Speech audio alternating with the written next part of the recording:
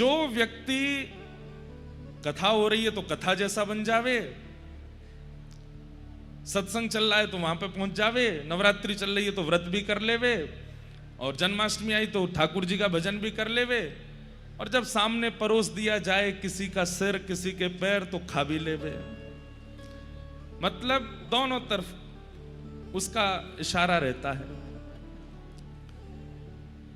कथा भी सुननी है, वृंदावन भी जाना है, गिरिराज जी परिक्रमा भी करनी है, बिहारी जी को 56 भोग भी लगाने हैं, लेकिन पीने खाने में कोई आचरण में शुद्धि नहीं करनी, छल कपट में बिल्कुल भी कटौती नहीं करनी, किसी के ईर्ष्या करने में, किसी का बुरा करने में कोई उसका घाटा नहीं जाता। और वैसे देखा जाए तो वो कभी कंठी पहने घूम रहा है, कभी रुद्राक्ष डाले घूम रहा है, कभी माथे पे बड़े बड़े तिलक लगाए घूम रहा है। मतलब ये रावण ही तो है। कहां वो रावण रोज सुबह उठ करके महादेव का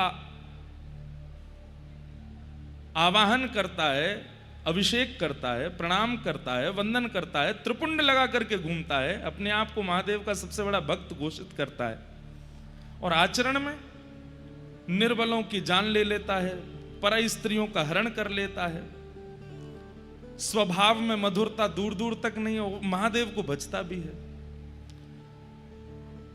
आज दशहरा है, भीतर से इन रावणों को निकालिए। सबसे पहला एक तरफ रहिए, या तो वहीं रहिए या यहीं रहिए, दोनों तरफ रहने की आवश्यकता नहीं है। आपको अच्छा लगता है कथा में आना, लेकिन वहां पर भी रहना पड़ता है, तो धीरे धीरे प्रयास करो। हम ये नहीं कह रहे तुरंत छोड़ो, पर धीरे धीरे वहां की स्थिति को कम करना प्रारंभ करो, वहां के भाव को घटाना प्रारंभ करो। हमारे बी पराग जी हैं, हम बहुत समीप से जानते हैं, इतना सब कुछ देखा जीवन में, बहुत कुछ पूर्व में रहा भी जीवन में, आधुनिकताएं देखी, बहुत नाम शोहरत सब है ही है, लेकिन ऐसा नहीं है पूरी तरह छोड़ दिया। धीरे धीरे धीरे वो उनका प्रोफेशन भी है तो वहां रहते हैं, गाते भी हैं, वैसे ही सज धज के जाते भी हैं वैसा ही इनका स्वरूप रहता भी है, वो भी आवश्यक है, लेकिन हृदय से, मन से, और अब घर के रूप में भी धीरे धीरे सब चीज में पवित्रता लाते जा रहे हैं, सब चीजों को बहुत व्यवस्थित करते जा रहे हैं। धीरे धीरे ही कर रहे हैं, पर कर रहे हैं। लेकिन कई लोग ऐसे हैं कि वो कथा भी सुनते हैं, मंदिर भी जाते हैं, धाम भी जाते हैं, सब क्रिया करते हैं, लेकिन वो सब करने में भी बिल्कुल संकोच नहीं करते। केवल खान पान पर ही मैं प्रकाश नहीं डालूंगा, व्यवहार पर भी प्रकाश डालना चाहिए। वैष्णव के व्यवहार में कपट नहीं होना चाहिए, वैष्णव के व्यवहार में छल नहीं होना चाहिए, वैष्णव के व्यवहार में पर स्त्री पर पुरुष के प्रति काम भाव नहीं होना चाहिए। और यदि वो नहीं छूट रहा है तो इधर छोड़ दीजिए। ठाकुर जी ने कोई पकड़ के नहीं रखा आपको, ठाकुर जी कह रहे वहीं रहो भाई, शोभा बढ़ाओ कलयुग की, काय को आवश्यकता यहां आने की। वास्तव में रावण इतना बड़ा राक्षस इसलिए भी है क्योंकि वो भक्ति का आडंबर भी करता है और फिर राक्षस भी है। मैं अपनी कथा में कहा करता हूं, एक बार को पापी व्यक्ति पर भी कृपा हो सकती है, लेकिन ये जो दोगले होते हैं ना, इन पर कभी कृपा नहीं होती। जो यहां भी रहते हैं वहां भी रहते हैं, ये भी करते हैं वो भी करते हैं। धीरे धीरे प्रयास कीजिए कि अब ये इसको चुना है तो उसका थोड़ा थोड़ा त्याग करो। अपने व्यवहार में, विचार में, अपनी दिनचर्याओं में अब परिवर्तन लाना प्रारंभ कीजिए। आपके ऊपर कलयुग का हाथ है, आप कुछ भी करिए, कोई पूछने वाला नहीं है। लेकिन आप बिहारी जी और श्री जी का नाम मुख से लेते हैं तो श्री जी कहते हैं कि अब कल को तू कुछ गलत करेगा तो मेरी जिम्मेवारी है। कितना पीड़ा होगी श्री जी को। या तो इस जीव से श्री राधा कहना बंद कर दीजिए, या इस जीव से गलत खान पान और बोलना बंद कर दीजिए। एक तरफा रहिए, धीरे धीरे धीरे धीरे। और एक और बात बताएं, हम लोगों पे नाटक करना बहुत अच्छा आता है। हम लोग सब लोग जन्म से ही एक्टर हैं। कौन है? कोई हम लोग फिल्म क्या कहते हैं उसकी एकेडमी में नहीं गए हैं, पर हमें आवश्यकता नहीं। हम लोगों से बढ़िया एक्टिंग कोई नहीं जानता, बहुत बढ़िया एक्टिंग करते हैं, पर गलत स्थान पर करते हैं। कथाओं में एक्टिंग करते हैं, वृंदावन में एक्टिंग करते हैं, ठाकुर जी के सामने एक्टिंग करते हैं, बरसाने में एक्टिंग करते हैं। एक्टिंग यहाँ नहीं, एक्टिंग संसार में करो। जाइए मित्रों के पास, जाइए उनके बुलावे पर, कहीं वो ऐसे योजना में बुलाएं, जाइए, जाकर के उनके सामने एक्टिंग करो कि आपसे बड़ा संसारी कोई नहीं है।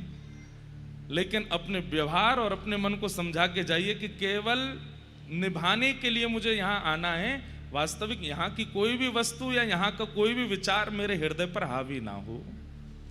प्रहलाद जी महाराज ऐसे परिवार में रहते हैं जहां सब कुछ होता है, लेकिन सब कुछ के बीच में रहते हुए प्रहलाद जी ने अपने हृदय पर उसको नहीं आने दिया, अपने व्यवहार में, विचार में, अपनी क्रिया में नहीं आने दिया।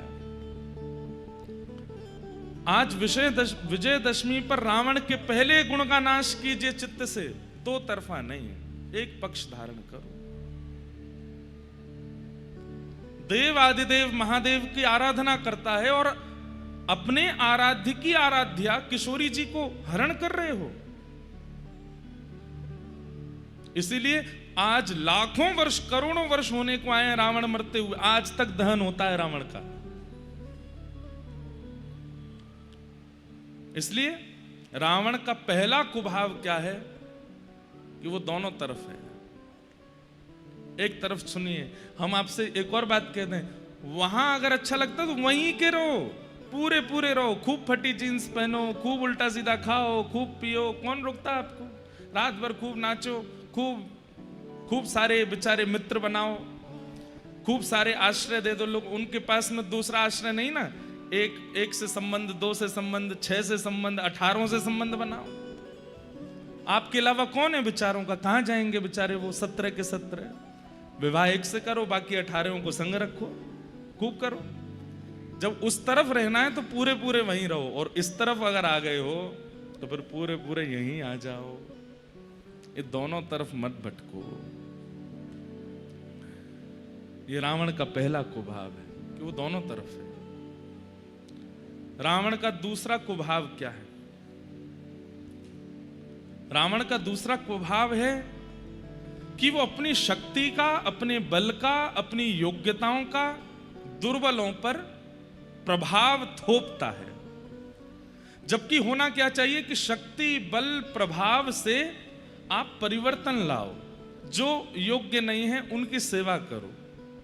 आपको बहुत धन मिल गया है तो धन से कुछ समाज में उद्धारक बनो। उस धन से दूसरों पर थोपना, अपने यश को बढ़ाना, वैभव को बढ़ाना, कीर्ति को बढ़ाना, योजनाओं को बढ़ाना, ये रावण का दूसरा कुभाव है कि वो अपने बल को, अपने धन को, अपनी बुद्धि को, एक नहीं 10 बुद्धियां उसके पास, इसीलिए उसको दशानन कहा जाता है। लेकिन 10 बुद्धियों का प्रयोग कभी समाज सुधारने में नहीं किया। दुर्बलों के, निर्बलों के सदैव अनहित करने में ही उसने अपनी 10 बुद्धियों का प्रयोग किया। मतलब कोई योग्यता अगर आपके पास है तो उस योग्यता से विचार ये कीजिए, अपना बाद में दूसरे का कैसे भला कर सकता हूं। लेकिन रावण ने अपने अयोग्य, अपने योग्यताओं का सदैव दुरुपयोग किया। ये रावण का दूसरा कुभाव है। रावण का तीसरा कुभाव क्या है?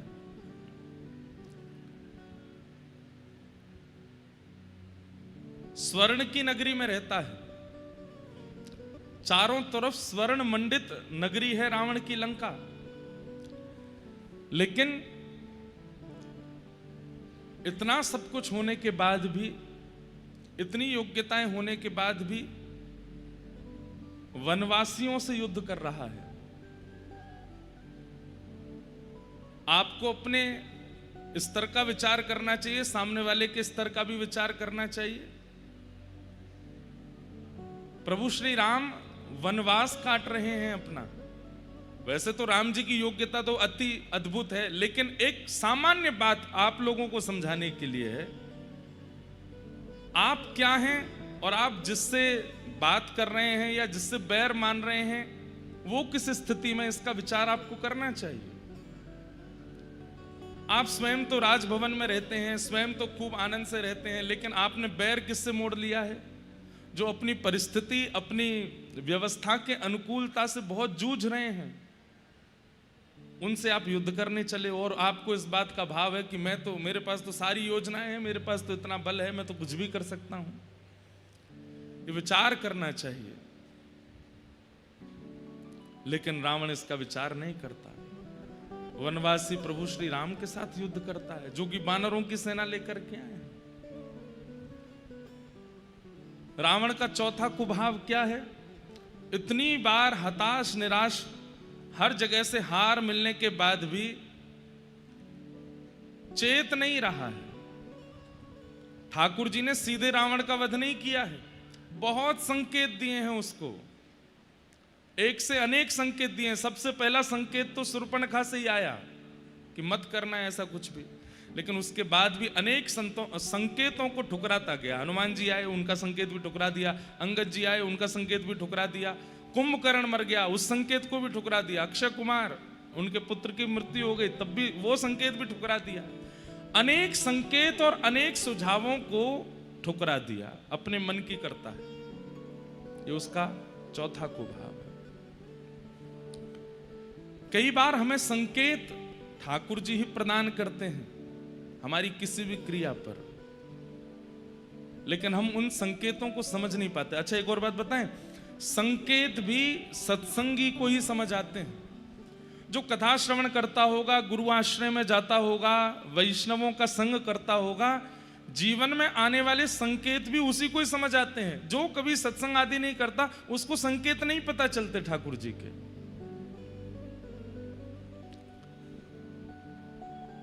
संकेत अनेक बार दिए, लेकिन रावण को एक भी संकेत समझ नहीं आया। फिर भी रुका नहीं, मनमानी करके युद्ध कर बैठा।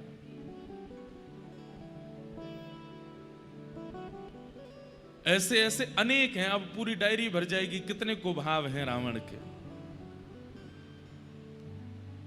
इन कुभावों का त्याग ही विजयदशमी है। आज ये 4 प्रमुख कुभाव बताए हैं। किसी में भी अगर ये कुभाव हैं, आज विजयदशमी के दिन रावण फूंकने से कुछ नहीं होगा। अपने चित्त में रावण तो नहीं बैठा, उसको ढूंढो।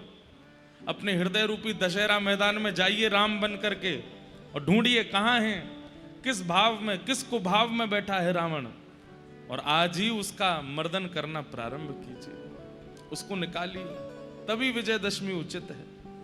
नहीं तो दशहरा मैदान में आइसक्रीम खाओ, पॉपकॉर्न खाओ, बच्चों के साथ मेला घूम आओ, झूला झूलो, ऐसे ऐसे, ये पीछे ही तो है, खूब झूल लो। कल मैं कह रहा था अभी पराग जी से, एक दिन चले हम भी झूल आए।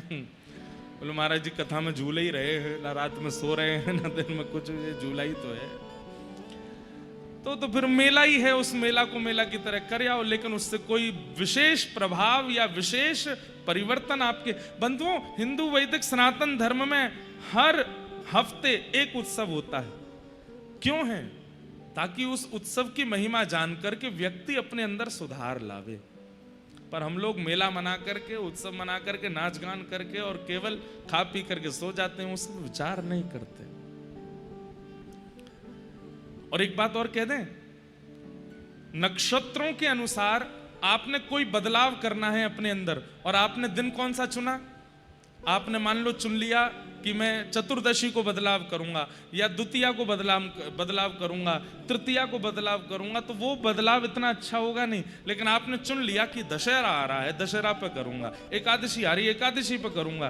तो नक्षत्र यहां ऐसे होते हैं कि व्यक्ति जब विचार करता है कि ये परिवर्तन मुझे अपने चित्त में लाना है, इन तिथियों में विशेष रूप से वो बदलाव और सहायक हो जाता है। और दिनों में जो बदलाव करने में कठिनाई होती है, इन पवित्र दिनों में वो करने में कठिनाई नहीं होती, सहज हो जाता है। आज ही विचार कर लो कि अब ये नहीं करना, आपने कल किया होता या परसों करोगे तो शायद हो सकता है कि वो क्रिया आपकी छूट जाए। लेकिन आज अगर विचार कर लेंगे, ये भाव अपने चित्त से त्यागना है, तो दशहरा के पावन तिथि है, नक्षत्र ऐसे होंगे आकाश में कि आप जो विचार करेंगे वो सारे नक्षत्र आपके सहायक बनेंगे। इसलिए चित्त में रावण को ढूंढिए और उसका वध कीजिए। आप सबको दशहरा की बहुत बहुत शुभकामनाएं, बहुत बहुत बधाई। हम लोग मधुर ठाकुर जी की लीलाएं श्रवण कर रहे हैं। श्रीमद् भागवत का आज षष्ठम दिवस यहाँ प्रारंभ हो रहा है। कल ही तो शुरू हुई थी, अब विश्राम की ओर आ गए। कल तो विश्राम हो जाएगी कथा, और फिर उसके बाद आप लोग तान दुपट्टा सोइएगा दोपहर में। 11 बजे आने की जरूरत नहीं है, 12 बजे भोजन कर लीजिएगा, 1 बजे सो जाइएगा, खूब आनंद कीजिएगा, अपना काम कीजिएगा, धन कमाइएगा, घर बनाइएगा, प्रॉपर्टी में आगे जाइएगा।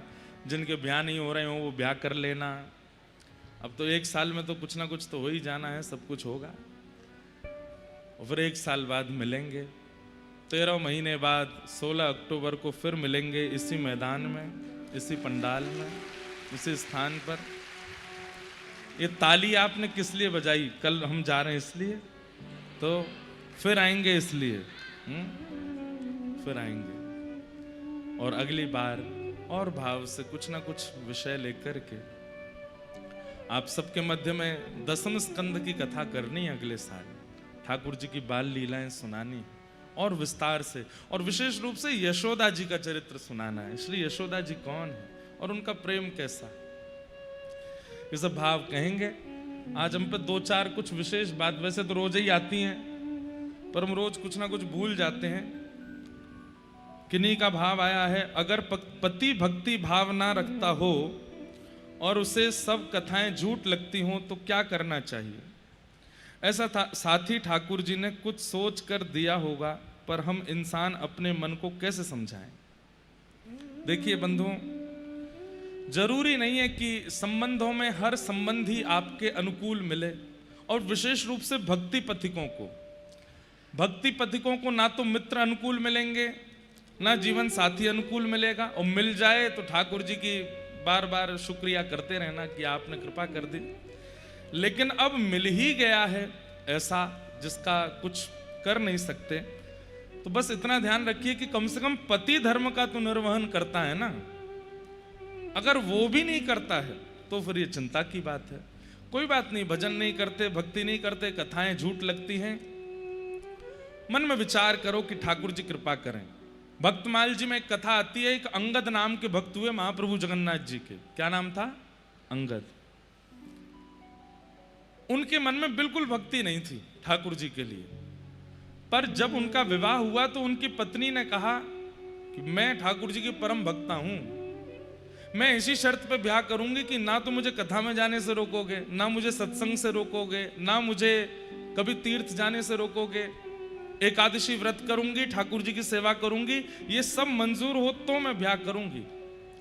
तो अंगद जी ने कहा मुझे सारी शर्तें स्वीकार हैं, लेकिन एक शर्त मेरी भी है। बोले क्या?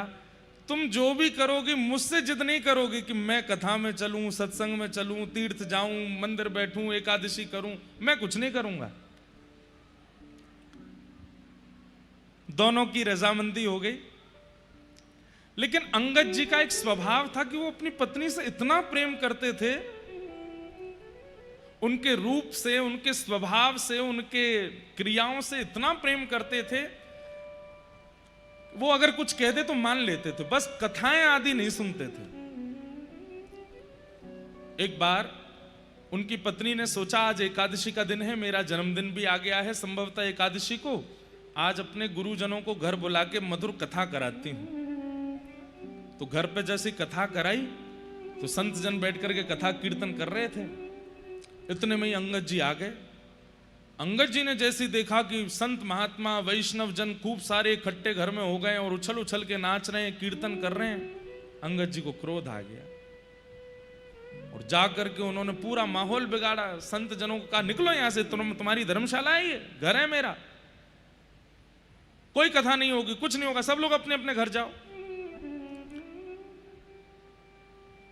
आज उनकी पत्नी ने कहा कि आप भक्ति नहीं करते, कथा नहीं सुनते, मंदिर नहीं जाते, मैंने फिर भी आपसे विवाह किया, लेकिन मैंने पहले ही कहा था कि मेरी क्रियाओं में हस्तक्षेप नहीं करना। अंगद जी बोले मैंने हस्तक्षेप नहीं किया, बाहर चाहे जितना सुनो, घर में कोई नहीं आएगा, मेरा घर है ये। बोले घर में नहीं आएगा, आपको पता चला कि आपके घर में कथा हो रही है तो कथा के बाद मुझे बोल देते कि कल से कथा घर में मत करवाना। ये बीच में इतना माहौल खराब करके और संतों का अपमान करने की क्या आवश्यकता थी? अंगद जी बोले अब तो हो गया, मुझे क्रोध आया। बोले आपसे तो हो गया, लेकिन एक वैष्णव अपराध आपने किया है। अब मैं व्रत लेती हूं आज कि प्राण त्याग दूंगी, लेकिन अपना मुख आपको नहीं दिखाऊंगी, आपका त्याग नहीं करूंगी, आपके यहां रहूंगी, भोजन बनाऊंगी, आप जैसे कहेंगे वैसे रहूंगी, लेकिन अपना मुख नहीं दिखाऊंगी आपको, और ना आपका मुख देखूंगी।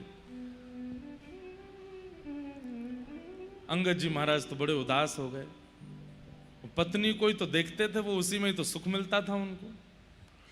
6 महीने हो गए पत्नी ने मुख नहीं दिखाया। एक दिन अंगद जी बाहर निकले, बड़े उदास हताश जा रहे थे, तो कहीं कथा हो रही थी, ऐसी पंडाल लगा था, लोग बाग बैठ के सुन रहे थे। अंगद जी ने सोचा इस कथा ने ही मेरा घर बर्बाद कर दिया, सुन के तो आऊं, ऐसा होता क्या है कथा में, मेरी पत्नी कथा के आगे, सत्संग के आगे मुझे छोड़ रही है, कथा नहीं छोड़ती, सुनूं तो सही है क्या। आके सबसे पीछे अंगद जी बैठ गए, और जैसे ही अंगद जी बैठे हैं, जय हो महाराज, जय, बड़ी कृपा, जय खाटू श्याम भगवान की जय।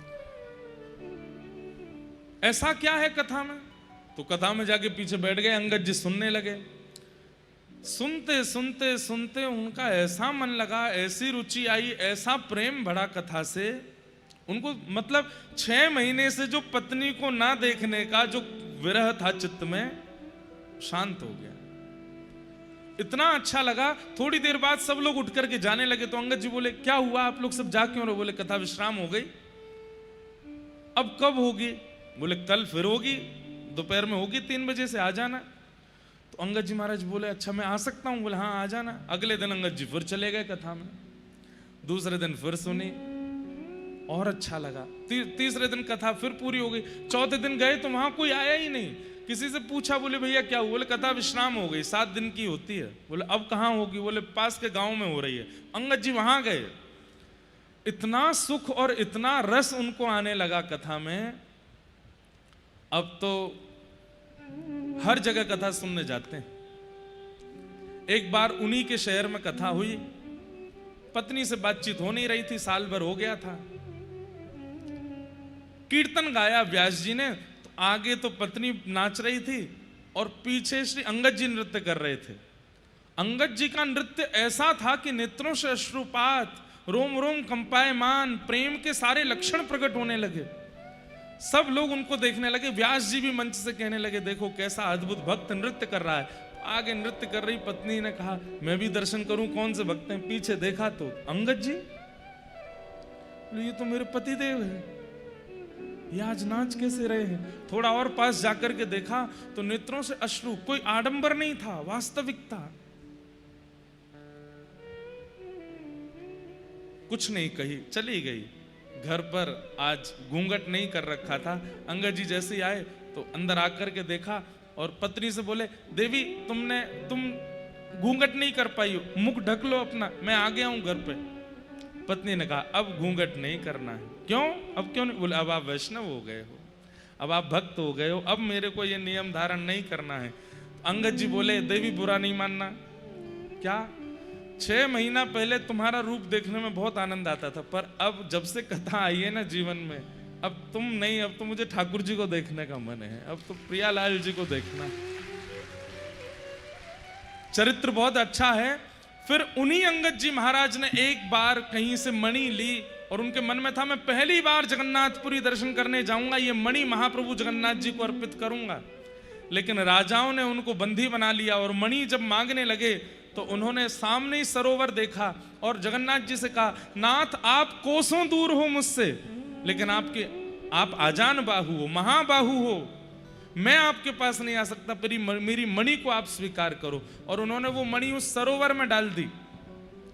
राजा ने पूरा सरोवर खलवा दिया लेकिन मणि नहीं मिली।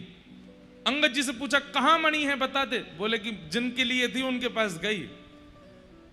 बोले अच्छा जगन्नाथपुरी में? बोले हाँ, चलो लेके चलो इसको बंदी बना के, अगर जगन्नाथ जी के पास मणि नहीं मिली तो तेरा सर धड़ से अलग कर देंगे।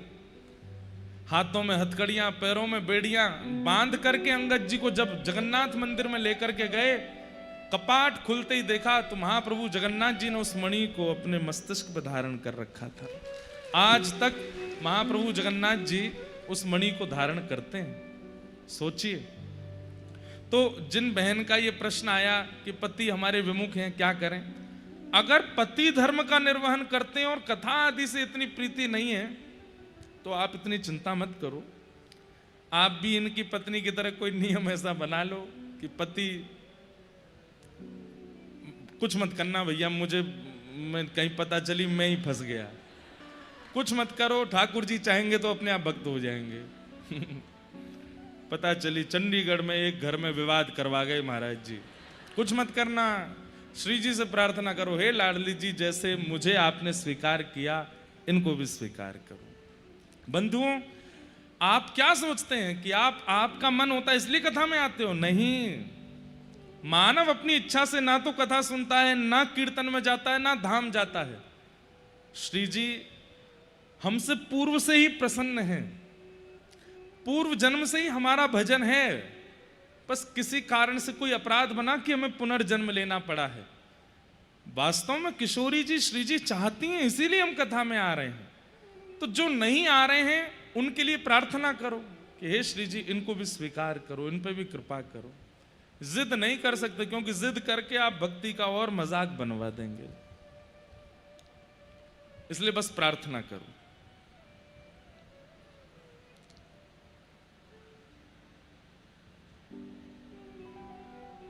एक बड़ा विचित्र प्रश्न है, कुछ मांगने नहीं आया हूं, बस एक मन में इच्छा थी आपसे मिलने की और एक प्रश्न था। 7 साल से एक कन्या से प्रेम करते हैं पूरे भाव से, उसका बन के रहा, लेकिन 1 अक्टूबर यानी कल उसने किसी और से रिंग सेरेमनी कर ली है। और हंस क्यों रहे हो? बेचारे का दिल टूटा है, आप हंस रहे हो, मैं भी नहीं हंस रहा हूं। अब मन शांत नहीं है, मेरा क्या करूं समझ नहीं आ रहा है, प्लीज आप मार्गदर्शन करो। देखो एक बात, आप ये भैया अगर बैठे हो तो सुनना, हाथ खड़े मत करना नहीं तो और हंसेंगे लोग। हंसे क्यों सब लोग?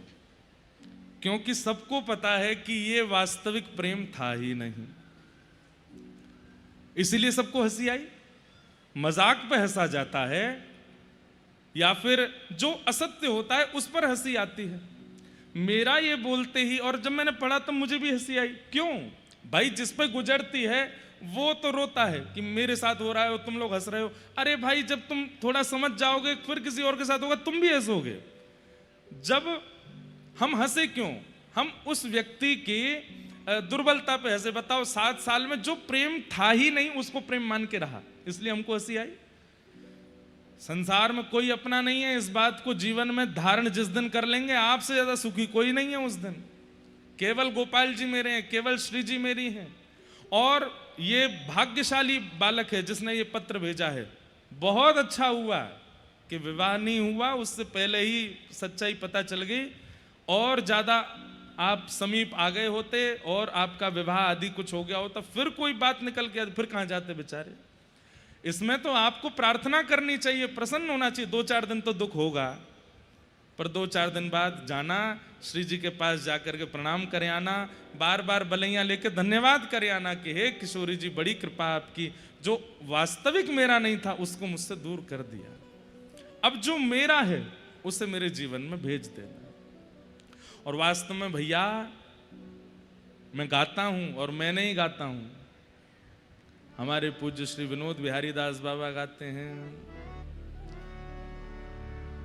मुझे दुनिया से नहीं कोई काम, मुझे दुनिया से नहीं कोई काम, मैं तो जपूं राधा राधा नाम, मैं तो राधा राधा नाम। ये बेचारे जो ये भैया जिन्होंने ये भेजा है, आप इस पद को याद कर लीजिए और आज से ही गाना शुरू कर दीजिए। मैं तो जपूं राधा राधा नाम, मैं तो जपूं राधा राधा नाम,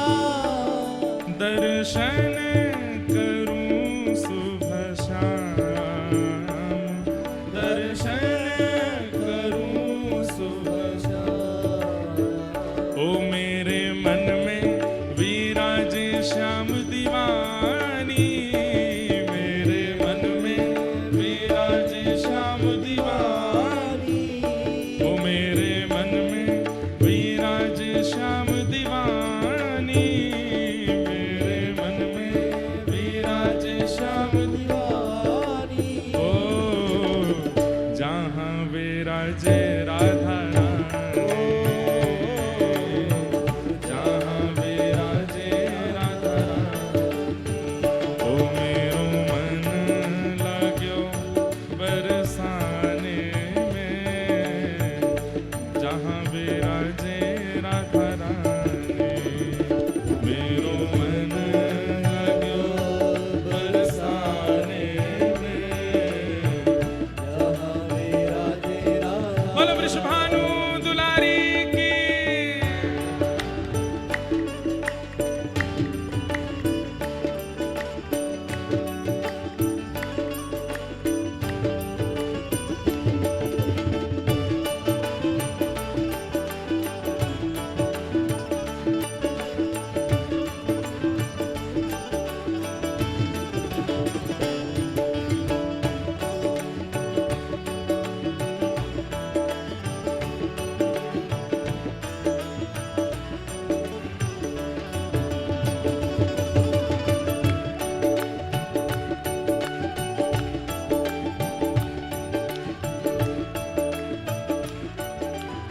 अरे सही समय पर सही व्यक्ति का चेहरा प्रकट करवा देती हैं किशोरी जी, धन्यवाद कहो उनको।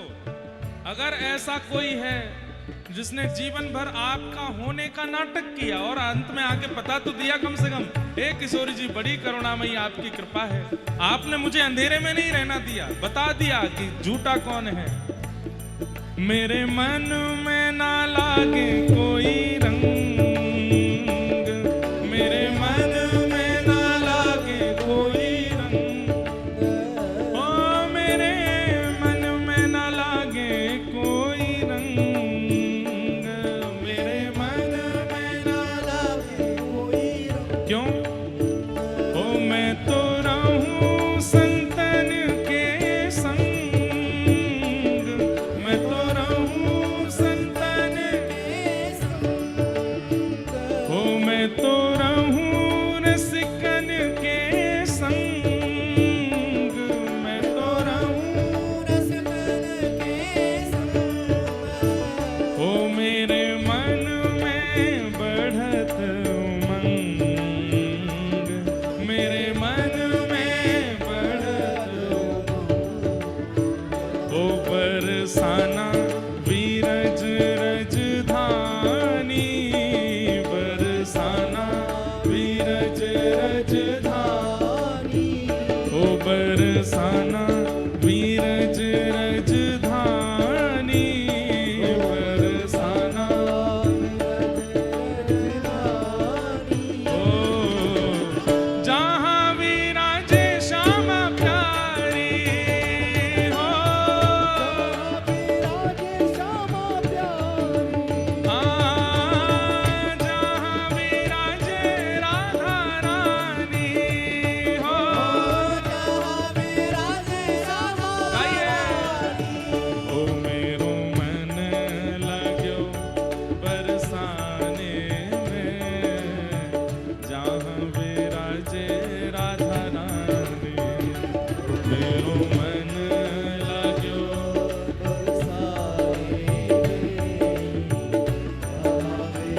श्री राधा रानी सरकार की।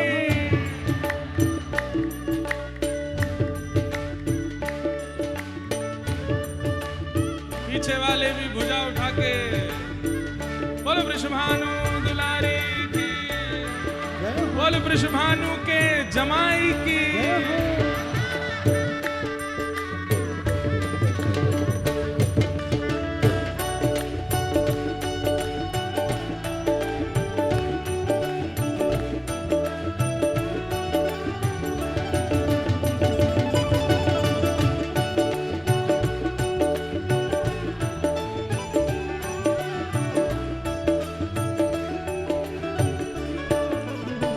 ओ मुझे दुनिया से नहीं लेना देना, मुझे दुनिया से नहीं लेना देना। हाँ मुझे दुनिया से नहीं लेना देना। मुझे दुनिया से नहीं लेना देना। ओ ये जगत है एक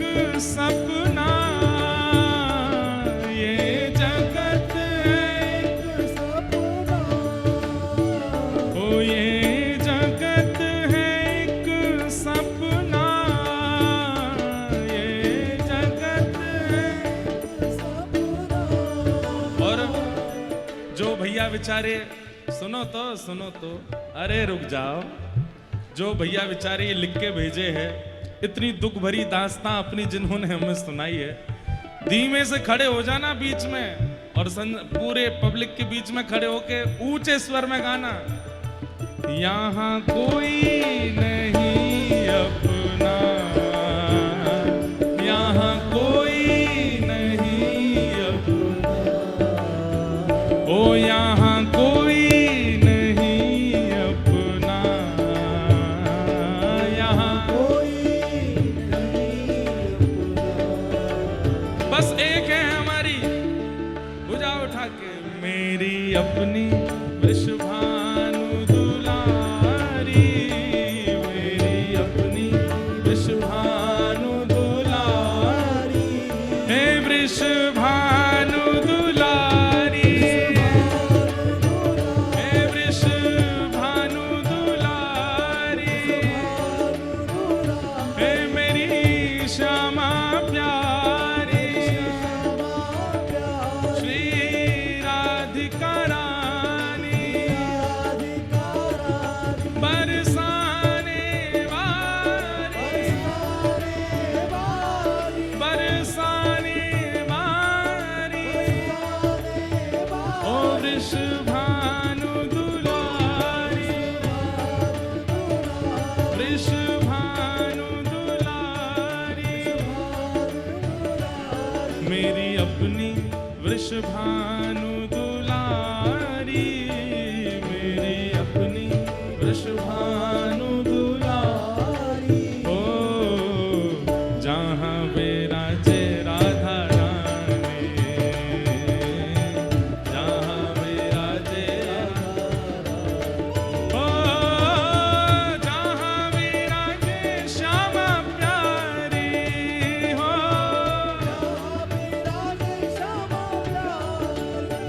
ओ मेरो मन लाग्यो बरसाने में, जहाँ विराजे राधा रानी, मेरो मन लाग्यो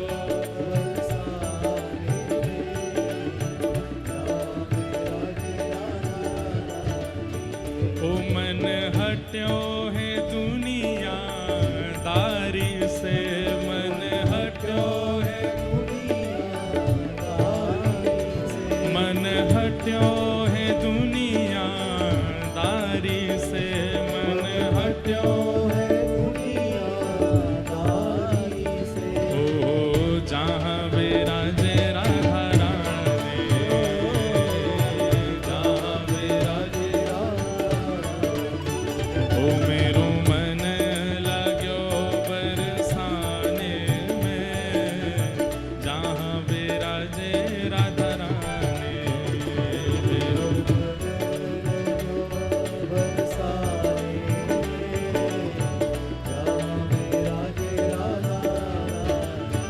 ओ राधा रानी के चरण, महारानी के चरण, राधा रानी के चरण, श्यामा प्यारी के चरण, भानु दुलारी के चरण, श्यामा भुजा उठा के गाओ, मेरे मन भूल मत जइयो श्यामा प्यारी के चरण,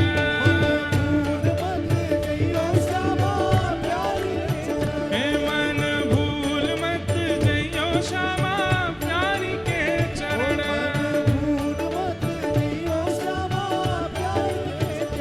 वृषभानु की किशोरी सुनी गैया होते भोरी, वृषभानु की किशोरी, हे वृषभानु की किशोरी, वो तो गैया होते भोरी, वृषभानु की किशोरी, हो प्रीत जान के हूँ थोड़ी तो है राख की शरण, प्रीत जान के हूँ थोड़ी तो है, प्रीत जान के हूँ थोड़ी तो है राख की शरण, मेरे मन भूल मत जइयो राधा रानी के चरण,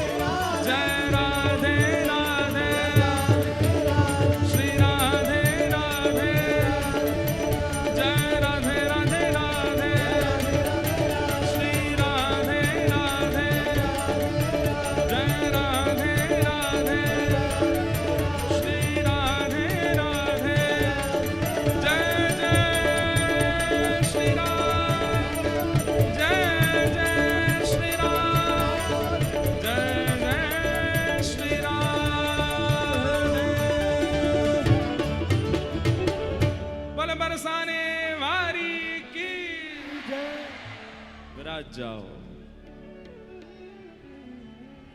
मुझे दुनिया से नहीं लेना देना, मुझे दुनिया से नहीं लेना देना।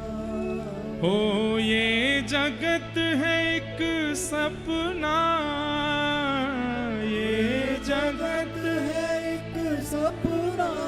भैया ये पंक्तियां नहीं है, भजन नहीं है, ये वास्तविकता है। जिस दिन समझ जाएंगे उस दिन निराश होना बंद हो जाएगा आपका।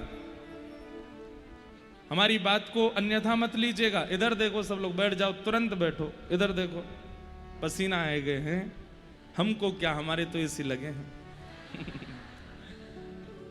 ध्यान से सुनो, यहां जितना श्रम आप कर लेंगे ना लाडली जी, फिर जीवन में उतने श्रम घटा देंगे। इसलिए यहां थोड़े थोड़े श्रम कर लो। जो थोड़ा श्रम न करते हुए कथा सुनते हैं ना, तप न करते हुए कथा सुनते हैं, तो ये समझ लेना चाहिए उनके जीवन में भी शेष बचे हैं फिर।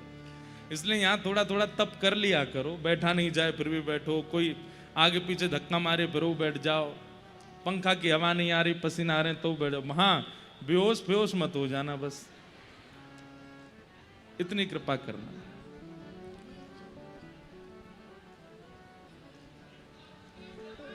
विराज जाओ। तो हम क्या कह रहे थे, भैया जो परेशान हैं बहुत ज्यादा, खुश हो जाओ। लाडली जी ने कृपा कर दी। 7 साल ही तो निकले हैं, वैसे तो लंबा समय है 7 साल का। कम से कम 60 निकलने के बाद कुछ ऐसा होता तो कहां जाते भाई।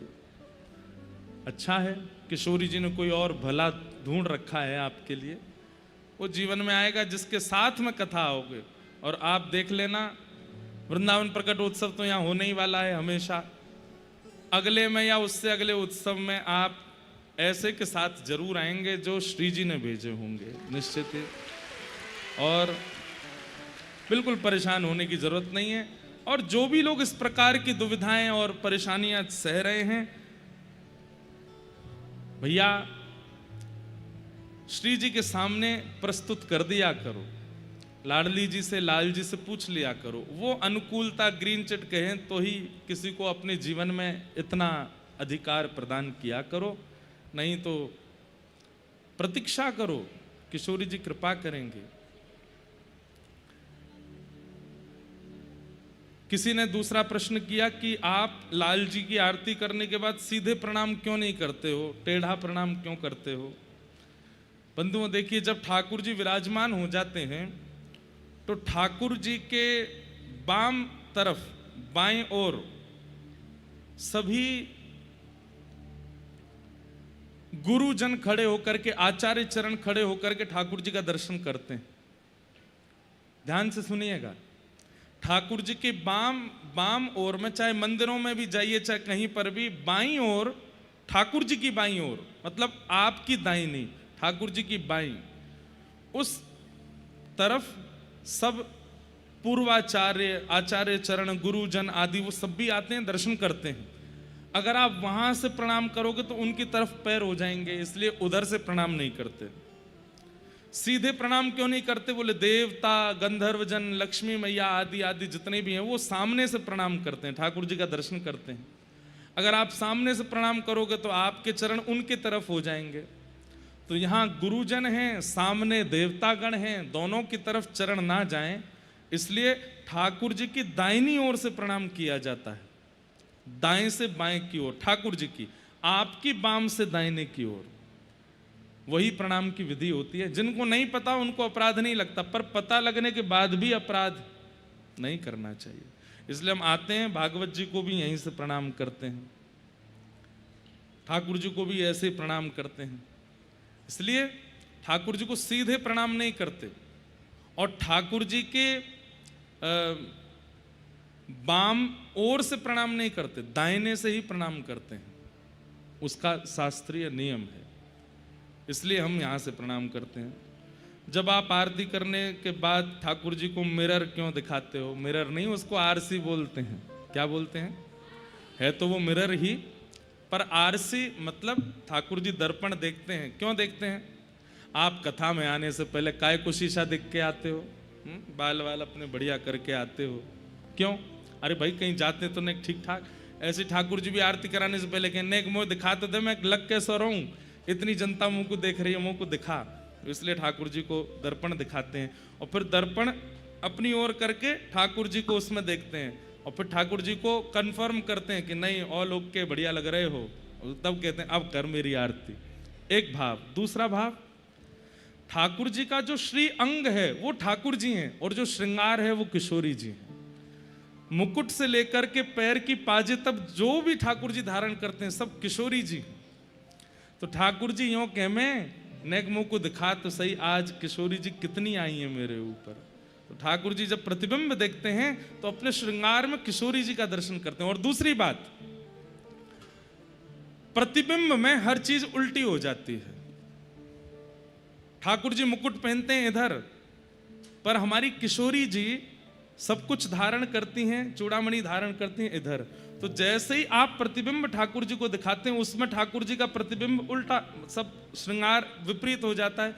तो वो विपरीत श्रृंगार जो है वही किशोरी जी हैं। तो ठाकुर जी किशोरी जी से आज्ञा लेते हैं कि मैं सबन को दर्शन दे दूं, तो अपने प्रतिबिंब में किशोरी जी को देखते हैं। और अंतरंग रहस्यात्मक कई भाव हैं ठाकुर जी को आरसी दिखाने के, ये मुख्य भाव हैं, इनको आप सुन लीजिए। अब प्रश्न उत्तर सबको हम प्रणाम करते हैं, और बहुत सारे हैं, लेकिन ये विशेष भाव हैं। कल हम लोग बड़े प्रेम और भाव से ठाकुर जी वृंदावन आ गए हैं, ये लीला सुन रहे थे। बंधुओं एक बात हमारी ध्यान रखिएगा, कई लोगों का किशोरी जी के प्रति बहुत भाव है। अभी एक नया भाव शुरू हुआ है, उनको श्री जी के प्रति बहुत भाव है, परंतु ठाकुर जी के प्रति इतनी प्रीति नहीं। कईयों का ठाकुर जी के प्रति बहुत प्रेम है, श्री जी के प्रति इतना प्रेम नहीं। हमारे श्री राधा वल्लभ और हरिवंश परंपरा में श्री जी प्रधान हैं, पर इसका मतलब ये नहीं है कि ठाकुर जी को वो पीछे रखते हैं। वो ठाकुर जी को ही श्री जी मानते हैं, उनके लिए ठाकुर जी श्री जी भिन्न नहीं है, एक ही है। ये विरोध आप लोग अपने चित्त में मत लाया कीजिए। हाँ, हम ब्रजवासियों में एक विनोद भाव चलता है कि हम ठाकुर जी और श्री जी में दोनों में एक होड़ करवाएं कि श्रेष्ठ कौन है, बड़ो कौन है, लीला कौन की ज्यादा विशेष है। पर एक स्थिति में जब आ जाओ तब आप ये कर सकते हो। अभी प्रारंभिक स्थिति में हो और हमेशा अपने आप को प्रारंभिक ही मानिएगा। आपने भक्ति में जिस दिन मान लिया कि अब मैं सेकंड स्टेज पर हूं, अब मैं थर्ड स्टेज पर हूं, अब मैं थोड़ा सामान्य से ऊपर उठ चुका हूं, उसी दिन भक्ति घटने लगेगी। कितनी भी आपको अनुभूतियां हो जाएं, कितने भी अनुभव हो जाएं, कितने भी आप कथाएं सुन लीजिए, कभी भी मन में यह भाव मत लाइएगा कि आप अब कुछ श्रेष्ठ हो चुके हो। अब ये लोग सामान्य हैं, इनके बीच बैठना मेरे लिए उचित नहीं है, मैं इस स्तर का नहीं हूं। ये जिस दिन भाव आया आपके चित्त में, उसी दिन आपकी भक्ति घटने लगेगी। लेकिन हमारी प्रार्थना है कम से कम लोग शंकर जी में ठाकुर जी में भेद मानते हैं, नारायण में कृष्ण में भेद मानते हैं, उन लोगों को तो हम समझाते ही हैं, पर प्रिया जी और ठाकुर जी में भेद मानने लगते हैं। ये बहुत बड़ा अपराध है भक्ति में, ये बात कभी नहीं करनी। एक प्रश्न ऐसा भी आया है कि हमको श्री जी का नाम बहुत प्रिय लगता है, पर हम वृंदावन में जाते हैं तो मंदिर में जब ठाकुर जी दिखते हैं तो मन बहुत पीड़ित होता है, श्री जी क्यों नहीं दिखती। अरे ये अपराध है, आप ऐसा कैसे कर सकते हो। आप श्री लाल जी में ही श्री जी का दर्शन करो। आप उनको देख करके ये भाव कैसे ला सकते हैं कि आप हटो श्री जी आओ, ऐसे भाव कैसे हो सकता है। ब्रज की एक बड़ी मधुर लीला है, मैं बहुत कम सुनाता हूं, चित्रा सखी का चरित्र। बरसाने के पास में गांव है चिकसौली, वहीं की श्री चित्रा सखी थी। कम से कम 4 साल से हमारी वहां की कथा पेंडिंग चल रही है, वहां अकिंचन सुनानी है हमको चित्रा जी को। चित्रा सखी जी के चरित्र में एक भाव आता है, लाल जी रोते रोते गए यशोदा मैया के पास। मैया बोली, लाला का भयो, काई को रो है। मैया देख मेरो हाथ कैसो सूज गयो पूरो। मैया बोली, अरे लाला तेरो हाथ के सूज गो। ठाकुर जी बोले मैया भैया कछु स्वर वर कछु वो तो दे दो ने हल्को से। क्या बता रहा था मैं? हाँ, हाथ सूझ गए। अब कुछ गाने का मन होता है ना तो स्वर तो चाहिए थोड़ा। तो ठाकुर जी के हाथ सूझ गए। मैया बोली मेरे लाला को हाथ कैसे सूझ गो? ठाकुर जी बोले मैया मेरो एक नयो सखा बनो है। तो वो मोते इतनो स्नेह करे, मैं जब बातें मिलूं तो मेरे गले ही लगो रेगो, और जैसे ही मैं वापस नंद भवन को आने लगूं तो मेरा हाथ पकड़ ले और मोते के लाला मुझ दूर मत जा, मैं तेरे बगैर कैसे रहूंगो, मैं तेरे बिना रहना पाऊंगो। मैया बड़ी मुश्किल से बातें हाथ छुड़ा के आया हूं, मेरे कंगन करूला सब खींच ले, बात मेरा हाथ सूझ गो। मैया बोली लाला सुन, कल ते तेरो बाहर जानो बंद, जो भी खेलना यहीं घर में खेल ले, कहीं नहीं जाएगो। ठाकुर जी बोले ना बाहर तो जाऊंगो, मेरो मन ना लगे, मेरे और भी सखाएं उनते मिलवे जाऊंगो, खेलवे जाऊंगो। मैया बोली बाहर जावेगो और वह सखाते तो डरो लग रहा है, कई बार अति प्रेम भी भय प्रकट कर देता है। क्या समझे? अतिशय प्रेम भी भय प्रकट कर देता है। ठाकुर जी डर भी रहे हैं और बाहर जानो भी है। मैं बाहर जाऊंगा मैया फिर तो पकड़ लेगो, फिर ना आन देगो, और वो रोवे चीख चीख के, मोए इतनी दया आवे फिर वापे, मैं कैसे रहूंगा के पास? मैया बोली लाला या को एक ही उपाय है, तू बाहर जानो बंद कर। वो ना बाहर तो जाऊंगा। मैया बोली तो फिर और दूसरा उपाय बता। बोले मैंने कहीं सुनी है कि अगर चित्र बनाए के बाद चित्र को देखो जाए ना तो फिर जाते हम प्रेम करें, वो भले ही सामने ना हुआ कि चित्र देख देख के ही सुख मिले। मैया तू मेरा एक चित्र बनवाए दे, वह चित्र को मैं सखा को दियाऊंगो, 24 घंटा वही को पकड़े रहेगो, कम से कम मेरा हाथ छोड़ेगो। मैया बोली लाला अब तेरा चित्र कौन ते बनवाऊं? मैया कोई तो बनवा, तू मेरा चित्र बनवाए दे, मेरो खेलना ना छूटेगा और मेरो सखाऊ खुश रह जाएगो। मैया बोली ठीक है लाला, मैं देखूं कोई है चित्र बनाए वारी। तो कोई सखी आई, वहां से मैया बोली मेरे लाला को चित्र बनवाना है। अरे मैया तुम्हारे लाला को चित्र कौन बनाएगा? बोले क्यों? बोले हर दिना तुम्हारो लाला बदल जाए, आज जितना सुंदर है कल बातें एक और सुंदर रह जाए। अरे दिन की तो छोड़ो मैया, सुबह जैसो है शाम तक वैसो ना रहे, शाम को और सुंदर रह जाए, शाम को जैसो सवेरे तक और सुंदर रह जाए। हर क्षण तुम्हारे लाला की सुंदरता बढ़े। कौन चित्रकार बनाएगो? कोई चित्रकार बनावे बैठेगो भी, तुम्हारो लाला तो वो इतनी देर में ही बदल जाएगो। अब तू कहीं ते भी ला मेरे लाला को चित्र बनवा। बोले मैया एक चित्रकारिन है हमारे ब्रज में। बोले कौन? बोले वह को नाम है चित्रा, और यहीं पास में गांव में रहे, और मैया वो बाल ब्रह्मचारिणी है, वाने भ्यान आए कियो, लेकिन वाने नियम ले रखो है, कहा